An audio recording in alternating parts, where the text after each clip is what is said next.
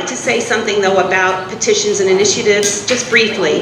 I was just talking to Amy Gosla, who is a master petition circulator. She has a passion, she's a teacher, a passion for public schools. And Jean McConey and Amy have been working very, very closely. They turned in 80 petitions the other day. So if you think about 80 petitions, there's 15 signatures, so 80 times 15 is 1,200. And we need 118,000 signatures, right? So there's so much to this, and it's such an important part of our democracy. And Pam Powers Hannley is going to speak to 3 of the bills that are trying to take away our ability to have the initiative process. And I'm just so honored to have her and all the speakers. I'll introduce them each individually, but I just want to make sure you guys understand the incredible importance, and I'm so, so happy and proud that you guys are all here. We will be videoing it. Pam has offered very kindly to edit it, and we will hope to have it shared.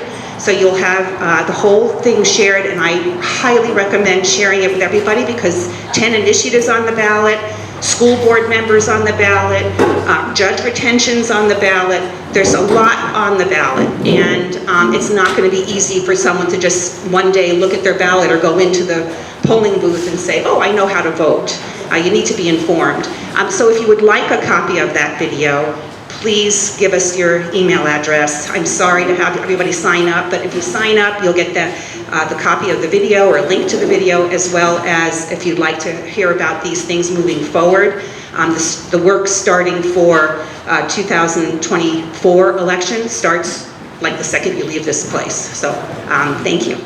The first speaker is going to be Pam Powers Hannley, and I am just so honored that she's here. She is my elected representative, and I wish she was my elected representative for the rest of my life.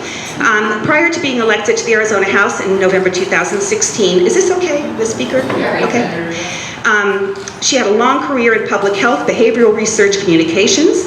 Most recently, she was the managing editor for the American Journal of Medicine, one of the most influential internal medicine journals. She was formerly the program director of the Arizona Smokers Helpline at the U of A, a consultant for the Centers for Disease Control and Prevention, and she's received 15 awards in communications and photography. She regularly writes about politics, economics, feminism, and more for Blog for Arizona, and recently started a podcast, which I highly recommend everyone checking out. It's great and informative, A View from the Left Side. In her 6 years at the Arizona House, Pam has served as the ranking Democrat on the Health and Human Services Committee, ranking member on the Regulatory Affairs Committee, and member of the Banking Insurance Committee and the Ways and Means Committee, and that's why she knows what she's going to talk about when she talks about these initiatives. Powers Hannley holds a master's in public health from the U of A and a BA in journalism from the Ohio State University. She's lived in Tucson for more than 40 years. She and her husband, Jim, have 4 grown children and 4 grandchildren, and please welcome me.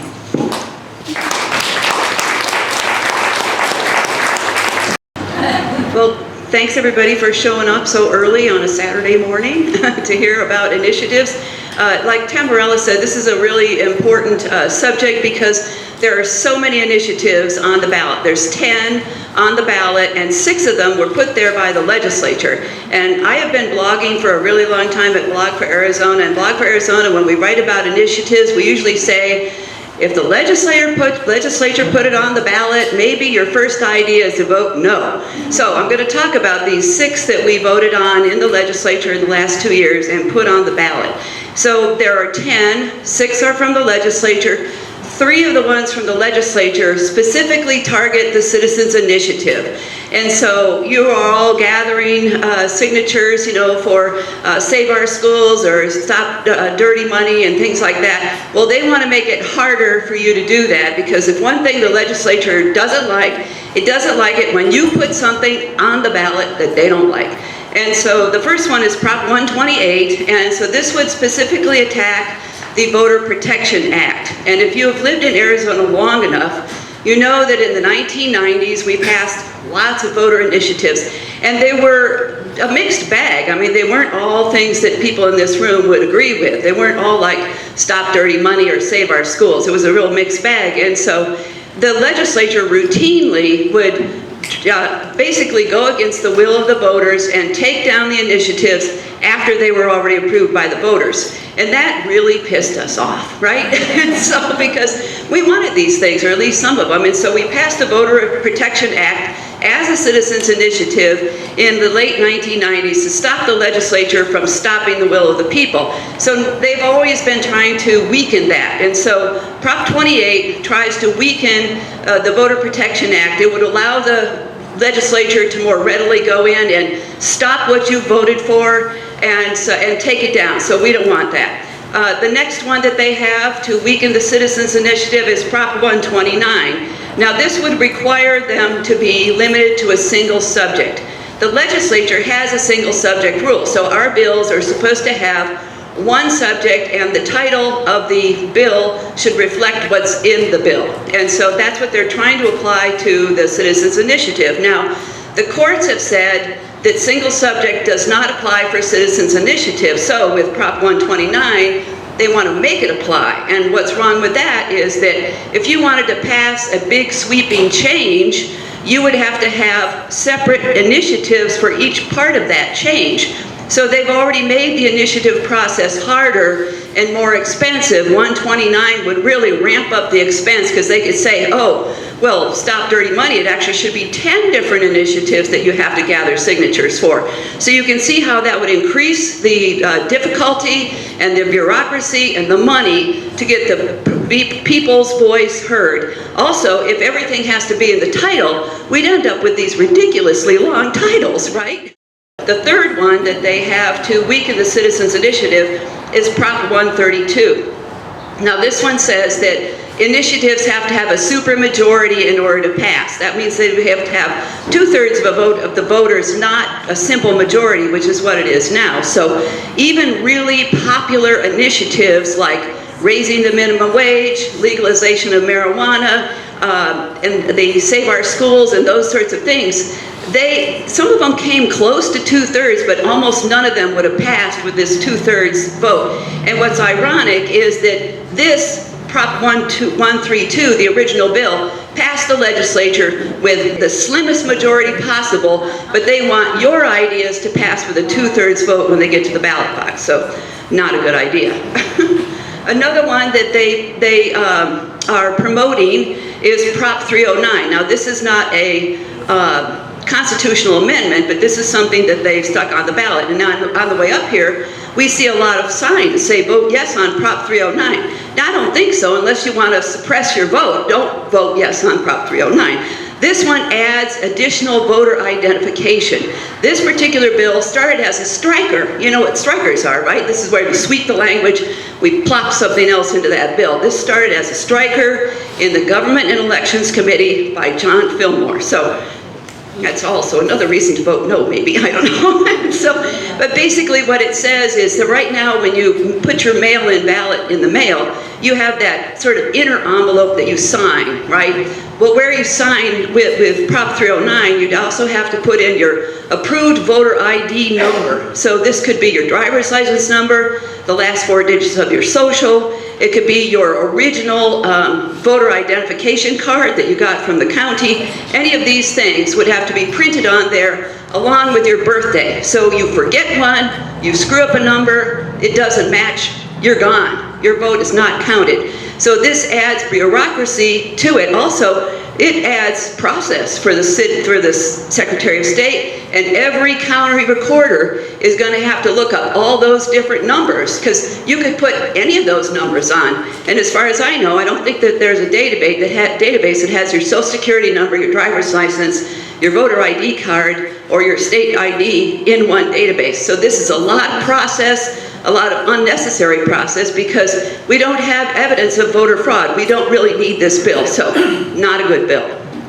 Now, we're on to the last of the ones from the legislature, and this is where it really gets complicated. So these ones are not related to voting specifically, they're just other ideas we decided to put on the ballot for you to vote on. So the next one is Prop 131. Now this one creates a lieutenant governor position, and so we have been a state for more than 100 years without a lieutenant governor. We have a government says that they're into small government, but this is creating a new position. They have also created a Department of Administration that didn't exist until we had a Democrat as Secretary of State. Then all of a sudden, oh, we're gonna have to take some of the Secretary of State's duties away. And so they took those duties away. They created a Department of Administration. They put Doug Ducey's favorite appointee, Andy Tobin, as the head of the Department of Administration. Right after they did that was the first time we heard this lieutenant governor bill. So they wanted to set a path for the governor to basically skip out of office, but have that seat protected by his party. Because we've seen, I've been here for more than 40 years, and in those 40 years, 3 times the Secretary of State has taken over for the governor, and twice the party changed. Once it was in their favor, once it was in our favor. And so they want to cement this for the party. So I really think that the lieutenant governor thinks it's a bad idea. It facilitates the governor leaving office early and leaving us with his buddy, because the lieutenant governor is not elected. It would be like right now, Katie Hobbs and Carrie Lake would have a running mate that they choose, that you don't choose, and if they leave office for any reason, their person that they chose would be governor, and then that person would run as an incumbent. And so then it would be the incumbents win more than challengers do. So you can see how it's cement a succession that didn't necessarily start with the vote of the people. So I'm against the lieutenant governor position. Lastly, we have Prop 130. Now this one should have been a straightforward, easy vote.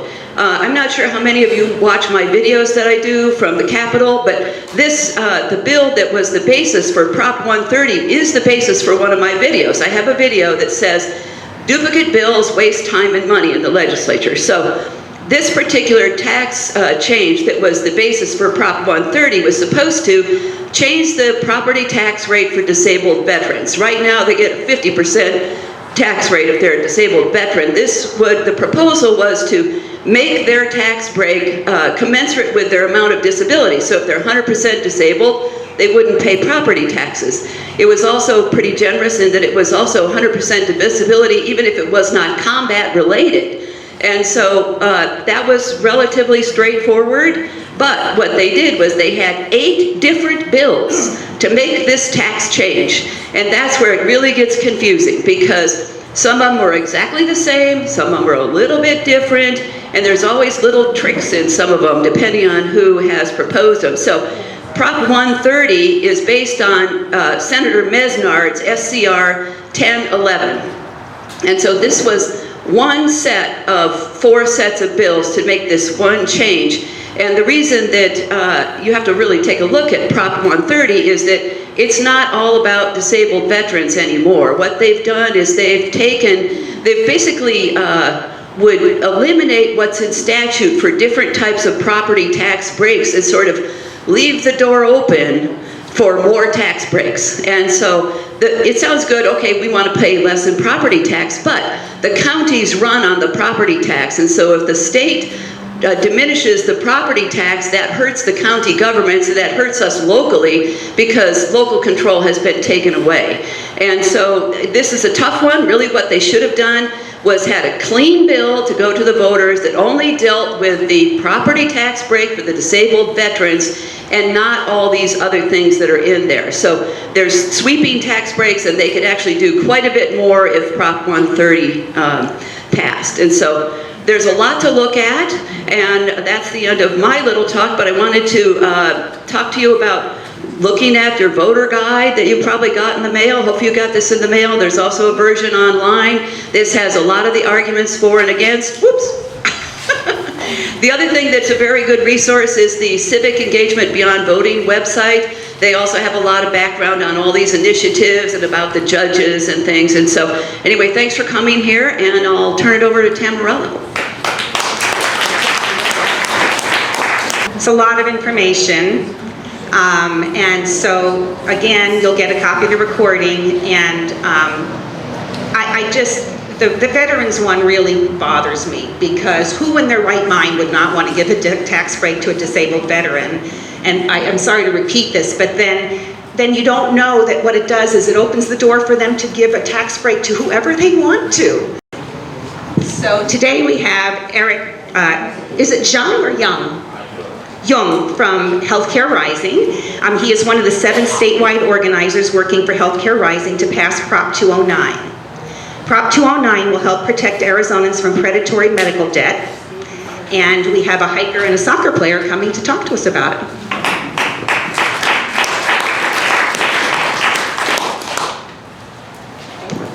Hiker is a stretch. I hike sometimes, but so my name's Eric. I'm, like she said, one of the 7 organizers for Healthcare Rising. I'm not sure how familiar people are with Healthcare Rising, but we're essentially like a grassroots organization of healthcare workers, as well as just Arizonans that are working to reform some of the worst parts of the healthcare system here. Right now, the initiative we're working on is Prop 209, the Predatory Medical Debt Protection Act, which, I mean, people are probably aware of this, but just generally, debt from medical bills is one of the top causes of bankruptcy. It's one of the leading causes of homelessness. It affects about 1/6 of Arizonans. It's particularly bad in Arizona, worse so than even other states, just because currently here they can actually charge interest up to 10% on the debt. They can also garnish people's wages up to 1/4 of their paycheck. And then people's assets don't have the same protections here that most other states do. And so what our initiative does is a handful of things surrounding that. The first is it lowers the cap on interest rates for medical debt specifically from 10% to 3%. It also protects more people's assets and belongings from debt collectors. And so specifically, it increases a homestead exemption for home equity protection to $400,000 of home protection, which is closer to the median home value.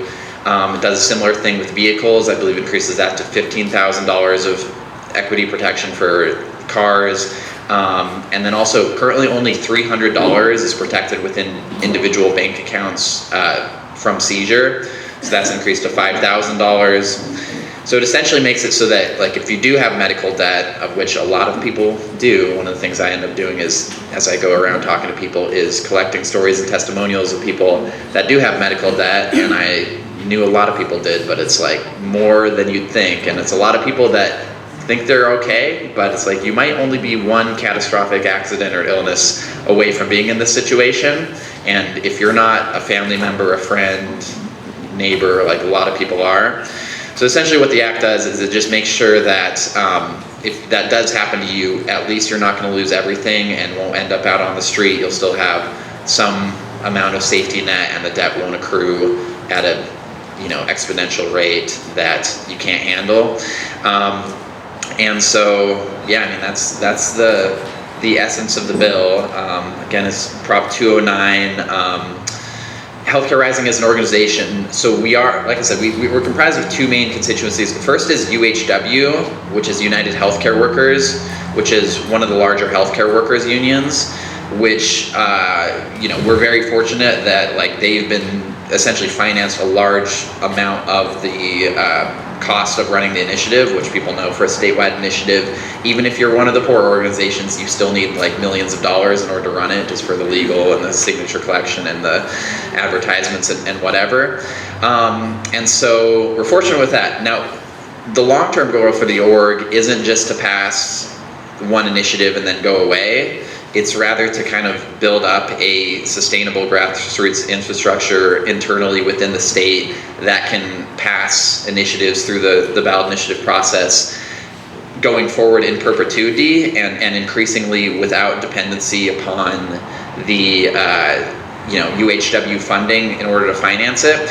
So in essence, like I'm one of the organizers, so it's like I'll do work around, passing this initiative and things like this, but it's also building up the organization so that we have the capacity to reform the healthcare system in the future, and medical debt is just one small branch of a extremely dysfunctional system, it's terrible in the US generally, but it's worse in Arizona than almost anywhere in the US. And so, long story short, we're trying to build up the org. Right now, we have about 1,500 members in the state, and as well as a few hundred other volunteers. Although most of the volunteers are members, we got about 36,000 signatures from volunteers this cycle. We'd like to at least double that, and hopefully get over 100,000 for the next cycle. Long story short, if people are interested in becoming members, which a member is essentially somebody that's able to make a contribution. The smallest amount is $25. You could get a T-shirt. We're always looking for that. I'll be at the table over there. We're also looking for volunteers. We're going to be doing Get Out the Vote Camp. I mean, it sounds like you're probably all very stretched thin, but I'm happy to stretch a little more. We'll be doing canvasses every Saturday up until the election, also some weekdays as well. And so if you're interested in that, also come say hi over there, even if it's just for an hour or two. It all adds up. And yeah, no, thanks for giving me the time.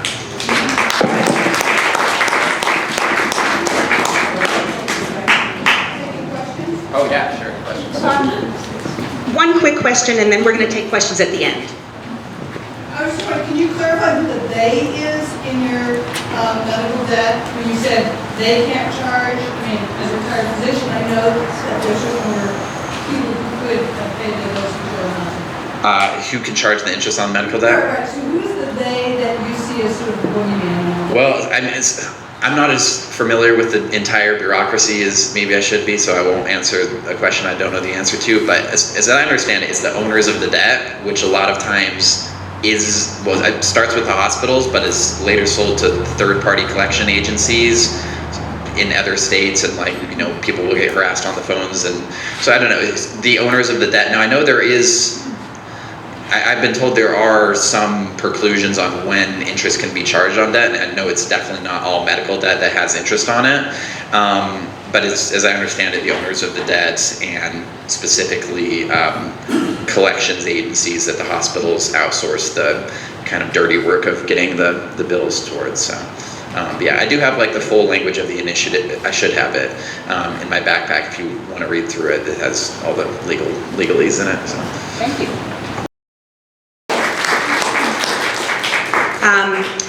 Our next speaker is someone near and dear to my heart. We've been working many, many years together, gathering signatures to stop dark money from infiltrating and taking over our democracy. Meryl Eisenberg. Meryl Eisenberg has been active in social justice and policy work since the 80s, working on the Dark Money Initiative since 2016. She describes herself as a sucker for democracy. Other public policy projects have included organizing in Southern Arizona for the 3 fair elections referenda last year, leading the successful effort to pass an urban agriculture zoning code in Tucson, making fresh food available at the neighborhood level in 2015. She successfully advocated for smoke-free laws in several Tucson area jurisdictions and statewide in the 2000s. She was a key player in amending the Connecticut State Constitution to include people with mental and physical disabilities in the Equal Protection Clause, and her studies and research were the basis for the Connecticut Legislature to reorganize all services for people with disabilities in the 80s and the 90s. Retired from the U of A College of Public Health, Meryl now volunteers her time and expertise to defending democracy, and we are so proud to have her in our community. Here's Meryl. Thank you, Tamara. I'm so happy to be here today. This is our 4th try, and we're going to be on the ballot. It's just so amazing. Prop 211 is Arizona's answer to Citizens United, which in 2010 opened the door to unlimited, anonymous political spending in American politics. So I'm not going to give you a primer on what Citizens United did, because I'm sure you all know that. But why is anonymous spending bad? There's 3 major points. It opens the door to corruption or the perception of corruption, and the best example of that is when the Arizona Public Service gave over $14 million to elect the regulators they wanted, and so then they got a huge rate increase, of course. The second reason is because foreign influence is prohibited in all American elections. This is a federal law. It's been on the books for many, many, many, many years. And if donors don't say who they are, how do you know if they are foreign or not? So there's a conflict there with another state federal statute that's very important to think about.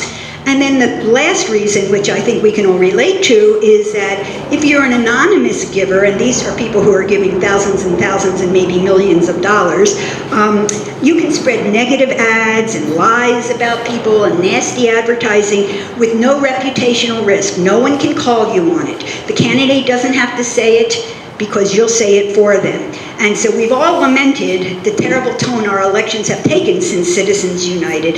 And so this is one way to get this out of our elections. So what does 211 do? It doesn't do everything. It doesn't keep my paper on the podium. For one thing, it only applies to state-level elections. Our congressmen and senators are federal-level elected people, and they are, overseen by the FEC, and they have nothing to do with this. So it wouldn't help us when we vote for U.S. reps and senators. But everything else on the ballot, from governors, statewide, any statewide office, this is ridiculous. On down the ballot to local level, this would apply to the little hand. Thank you. So it applies to all other elections in Arizona only. It is also focused on big spenders, not little spenders. So it requires that dark money organizations who contribute at least $50,000 to a statewide election or $25,000 to a lower level election. Those are the organizations that will have to report their contributors. It also, they only have to report contributors who gave at least $5,000. So we're looking at not people who give $50. Now, by the way, if you give $50 to the party, to a PAC, or to a candidate, you have to say who you are, where you live, where you work, what your occupation is. These other people don't have to say anything. So it also includes a private right of action, and it's going to be overseen by the Clean Elections Commission, which is already there, so that's great. It's nonpartisan and applies to all conservative groups, all groups, not just conservative groups. And in the early years of Citizens United, the conservatives had far more dark money than the Democrats. It was horrible. But now the Democrats have caught up, and so it applies to both sides of the aisle. There's 4 arguments that are made against Stop Dark Money. The first is, well, this is a radical new idea from the crazy left. Why should we have to do this, And that's not true because, as I said, Arizona has had disclosure laws for many years, and the Supreme Court found all these disclosure laws, every state has them, they're constitutional. That was decided in 1934, So it's not a radical new idea.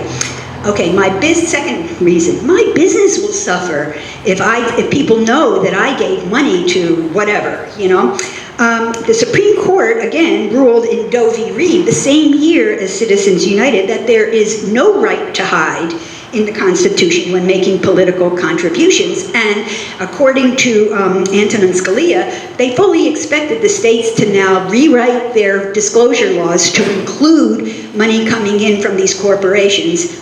But that never happened.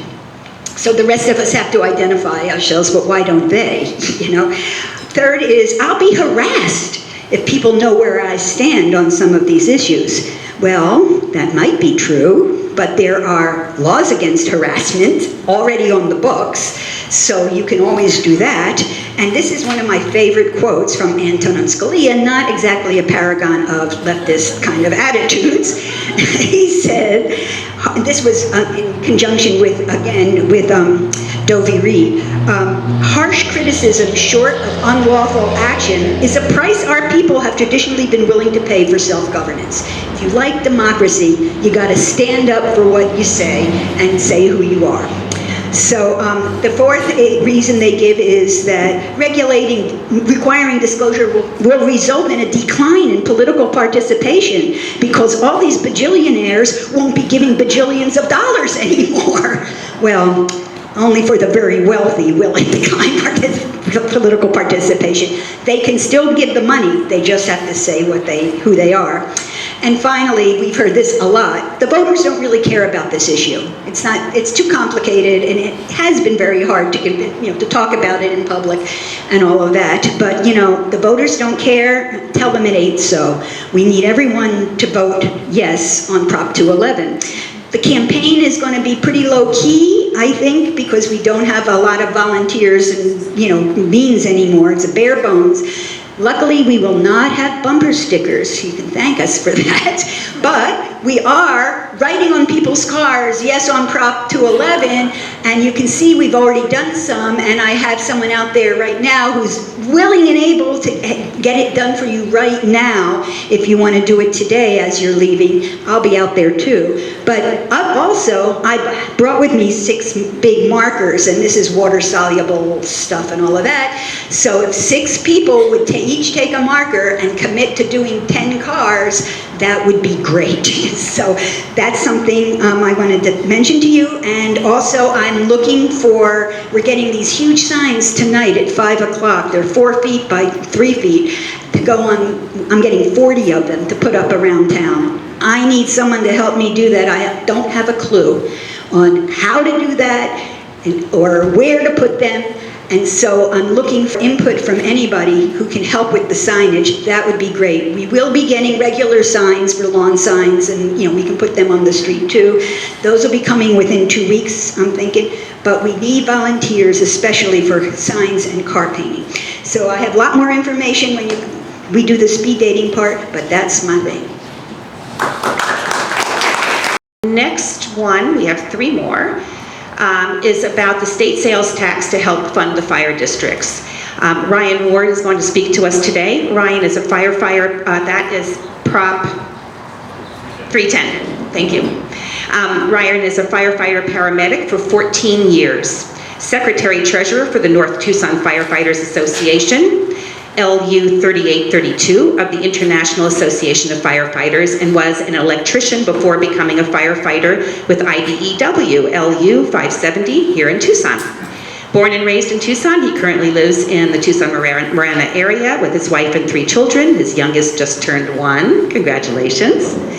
He's a 3rd-generation union member and a proud supporter of the union labor movement. Please welcome Ryan.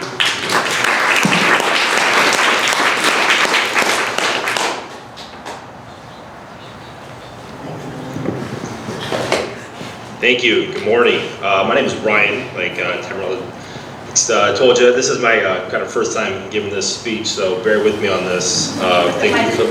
Thank you for letting me go a little bit later so I can see how it's done by the pros too. So that's great. So today we're going to talk about Prop 310. Prop 310 is a 1/10 of a cent sales tax increase across the state that's going to directly affect fire districts. Now let me explain to you what a fire district is. So there's usually about 3 different ways that you're going to get your public safety. Sorry. You're going to have your cities, which like Tucson Fire, Phoenix Fire, Mesa Fire Department. And you're going to have fire districts. They're going to be in unincorporated areas of Arizona, usually in the counties. Like this is an unincorporated area of Pima County, right?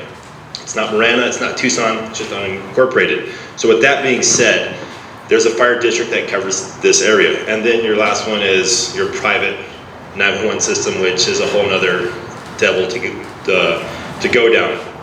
So fire departments get their funding from sales tax in the city. So they have, money coming in consistently and other tax revenues that they have. Fire districts can only get their money from property tax. So, and inside of these fire districts, you're going to have a governing board of elected officials that will set the sales tax or the property tax rate. And right now it's been capped at $3.50 per $100 of assessed value. My fire district is not anywhere close to that amount, but there are a lot of fire districts across the state that are maxed out. And we kind of got a bone thrown to those guys last year because it was kind of a double-handed, it was more of a slap in the face. Really what they did was when they reduced the commercial property tax last year, they said, oh, hey, we know that you guys are going to take it on the teeth. We're going to throw you a bone. We're going to raise it up a quarter, which isn't really anything to them. So with all that being said, our money comes from property taxes. So you would say, hey, Ryan, I'm a property owner, my property value has gone up. You know, anybody in Arizona knows that their property value has gone up, you know, 20% in the last 2 years. So you would assume that these fire districts are doing very well. Well, they're not. Prop 117 in 2012 came into effect where, and that was on the heels of the housing market when it was at its all-time low, right? So with that being said, Prop 117 said you can only have an increase of 5% every year.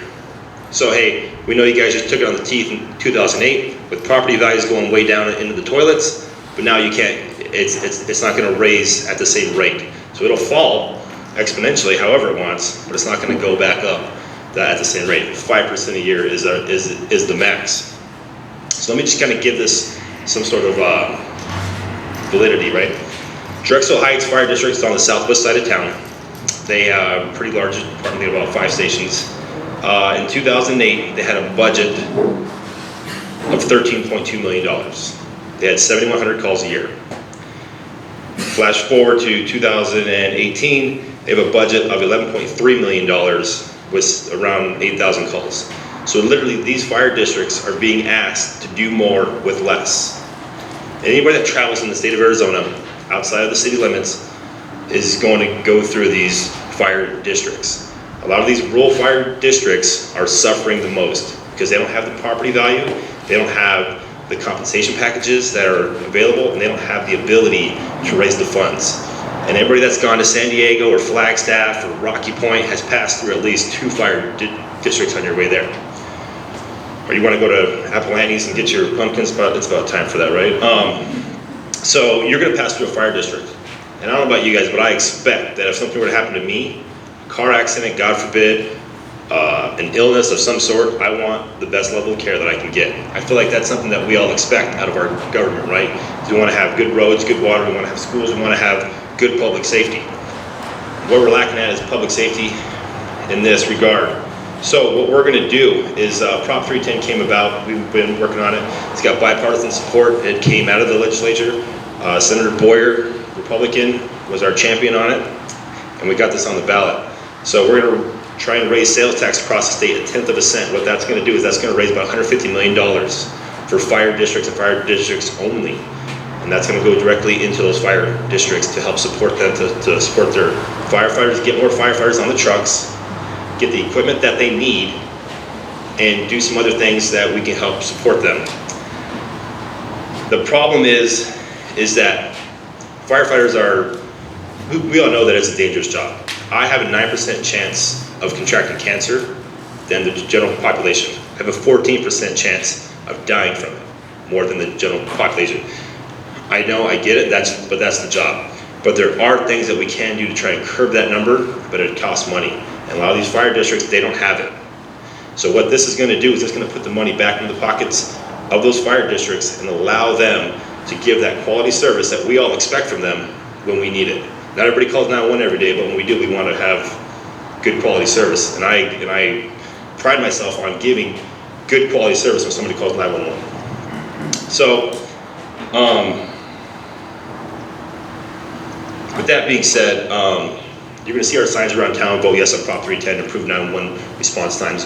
What we're talking about when we say improve 911 response times is we want to get the firefighters on the trucks, we want to get more trucks on the road, so that way when you call 911, you're not waiting 30 minutes, 45 minutes for a fire truck or an ambulance to show up. Because time is brain, time is heart, time is muscle. If you're having a heart attack, if you're having a stroke, if you're having any sort of illness, we want to get you that care as fast as we can, get you to that hospital, get you that definitive care as soon as we can. We cannot do that if we're understaffed, if we don't have the funding to take care of it. Prop 310 is the answer to those problems. I'll kind of end it with this. Prop 310 is going to create jobs. Prop 310 is going to create employment, it's going to create firefighter jobs in these communities, rural communities especially. And what that's going to do, these are union jobs, these are firefighter jobs, that's going to put that money back into the economy, back into the local economy. So you say raise the sales tax, well, this is secular, everybody knows how it works. We're going to put that money goes back in the economy, we're creating jobs, we're creating employment for these people and allowing them. 310 is going to have a positive impact on public safety and everybody in the state. You're gonna get a lot of bang for your buck with this prop, because it's gonna reach every corner of the state with this sales tax increase, and I know that it'll have a great impact on anybody that calls 911 inside the state. Thank you.